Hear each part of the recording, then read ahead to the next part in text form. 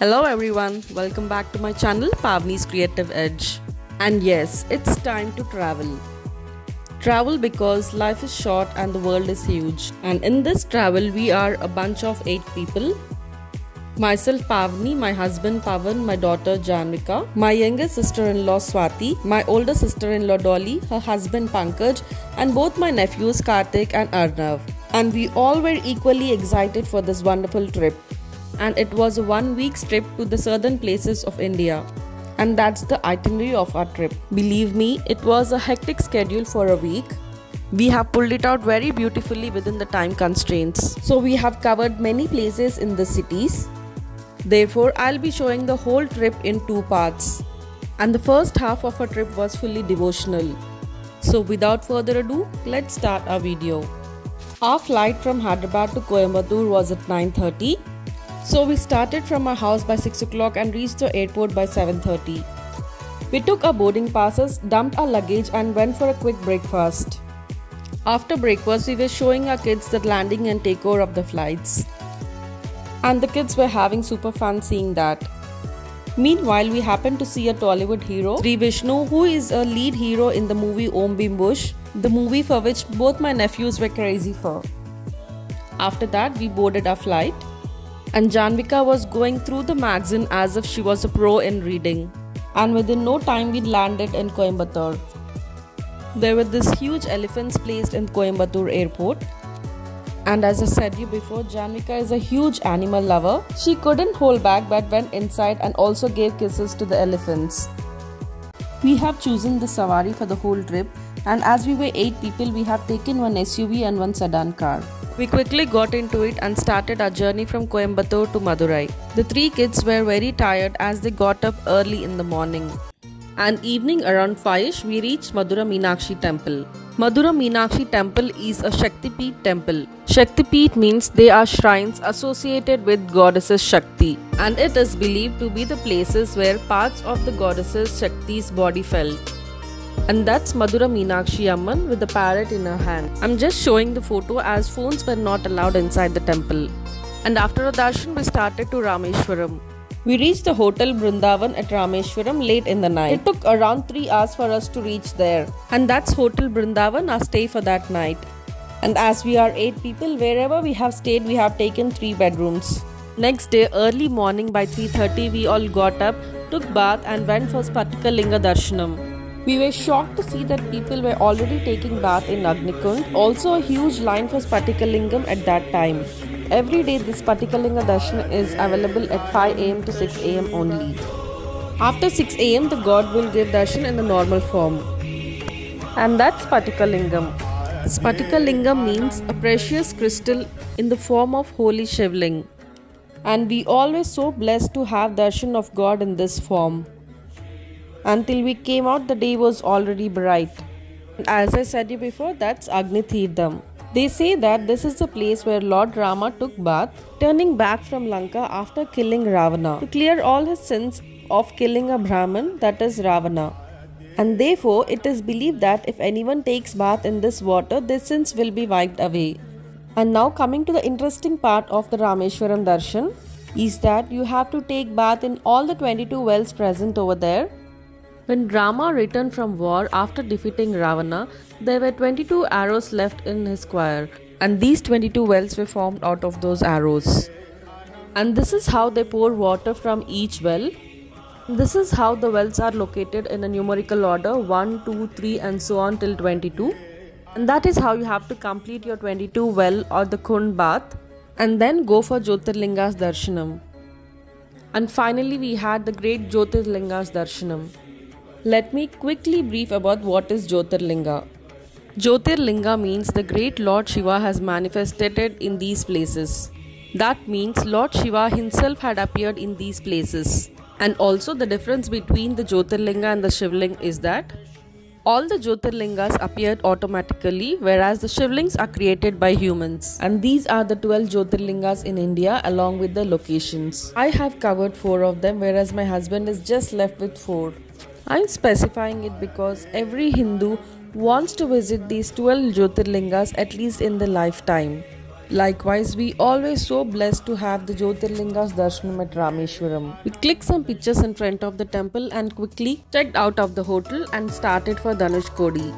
And on our way to Dhanushkodi, we have visited these two temples. One is Kodanda Ramaswamy temple and the other is Gandhamatta Parvatam. In this temple, you can find Lord Rama's footprints. And it is also said that this is the place where Rama used to sit and used to look at Lanka and miss her dearest wife Sita Devi. We did our darshanam over there and started to Dhanushkodi. Dhanushkodi is known to be the last land of India located in Tamil Nadu. We can also say visiting Rameshwaram is incomplete without visiting Dhanushkodi.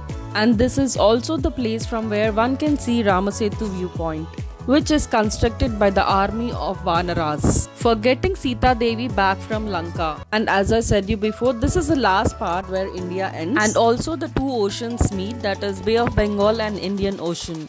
And believe me, it was such a pleasant experience traveling on this road where you can see water on both the sides. We clicked some pictures over there. Couldn't capture much good ones as it was very windy over there. We had some fresh cut fruits, much needed for this long travel. And after that, on our way we saw APJ Abdul Kalam's house, our late former president of India. We were running late, so we just had a look from outside. And on the way we saw Pamban Bridge. Pamban Bridge is India's first sea bridge, which connects the town of Rameshwaram to Mandapam. The specialty of this bridge is that it used to open from the middle and let the big vessels pass.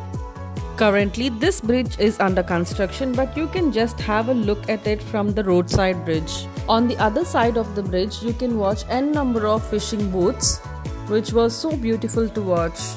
And covering all these places and reaching to Kanyakumari, it took us 6 hours. And as soon as we reached there, we went to the temple first. And let me tell you, Kanyakumari temple is one of the Shaktipeeth temple. Kanyakumari temple is dedicated to Virgin Goddesses Kanyakumari, who is an adolescent girl child. And just behind the temple, you will find Vivekananda Memorial Temple, also Tiruvallur statue. Tiruvallur was a philosopher and he was also the author for classic Tamil texts. And this statue is about 133 feet tall. You can visit these two places by boat, but we didn't have luck because the tides were very high and all the boats were cancelled. But we happened to click some pictures in front of it. And yeah, the sunset and the sunrise are the must watch at this place. And this is Triveni Sangamam. And this is the point where three oceans meet, that is Bay of Bengal, Indian Ocean and the Arabian Sea. And as I said you can see the high tides behind when we were trying to click a picture. Janvika happened to see some fishermen over there, quickly went and hold the fish which the fishermen caught. We all really had a great time seeing all the historical places, temples and beautiful beaches in Kanyakumari. We clicked some pictures on the beach side and made beautiful memories. We halted that night at Kanyakumari and started early in the morning to Padmanabha Swami temple. And yeah, that's Padmanabha Swami temple. From where should I start off to talk about this temple? Because it has so many things in popular to mention. Okay, let me start off by saying that Padmanabha Swami temple is the richest temple in the world. And this temple is of Lord Vishnu, who gives darshan in resting position. Now you may wonder why God is sleeping unlike other gods who appear sitting or standing. Firstly, this posture of God sleeping is called Ananta Shayana, and it symbolizes Lord Vishnu in a state of cosmic sleep where he dreams the universe into existence. Now, why is this temple the richest temple in the world? The answer is that because of the hidden valves in this temple. And these chambers were locked beneath the temple 4100 years ago. And these chambers are full of treasure whose worth might be in billions and more. In 2007, ex-IPS officer T.P. Sundarajan filed a case in Supreme Court to open the doors and make the wealth of the temple to the public. Therefore, on 31st July 2011, a team of 7 archaeologists were appointed who went inside and found 6 doors and they named it as A, B, C, D, E and F.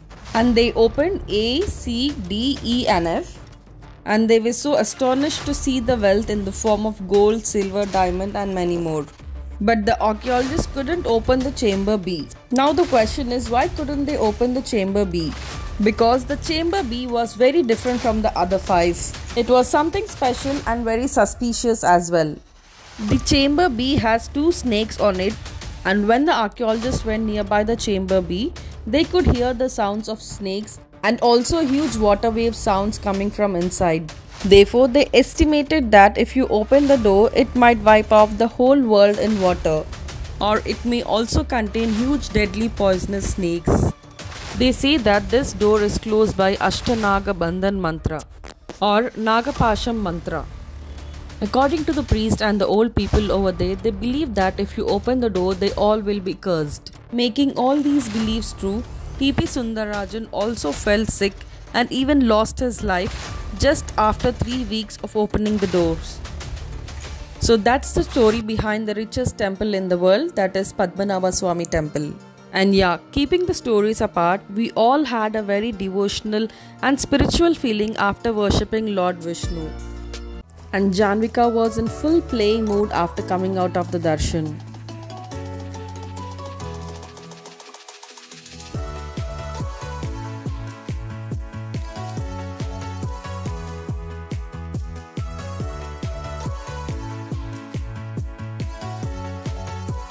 And we also clicked some pictures in front of the temple.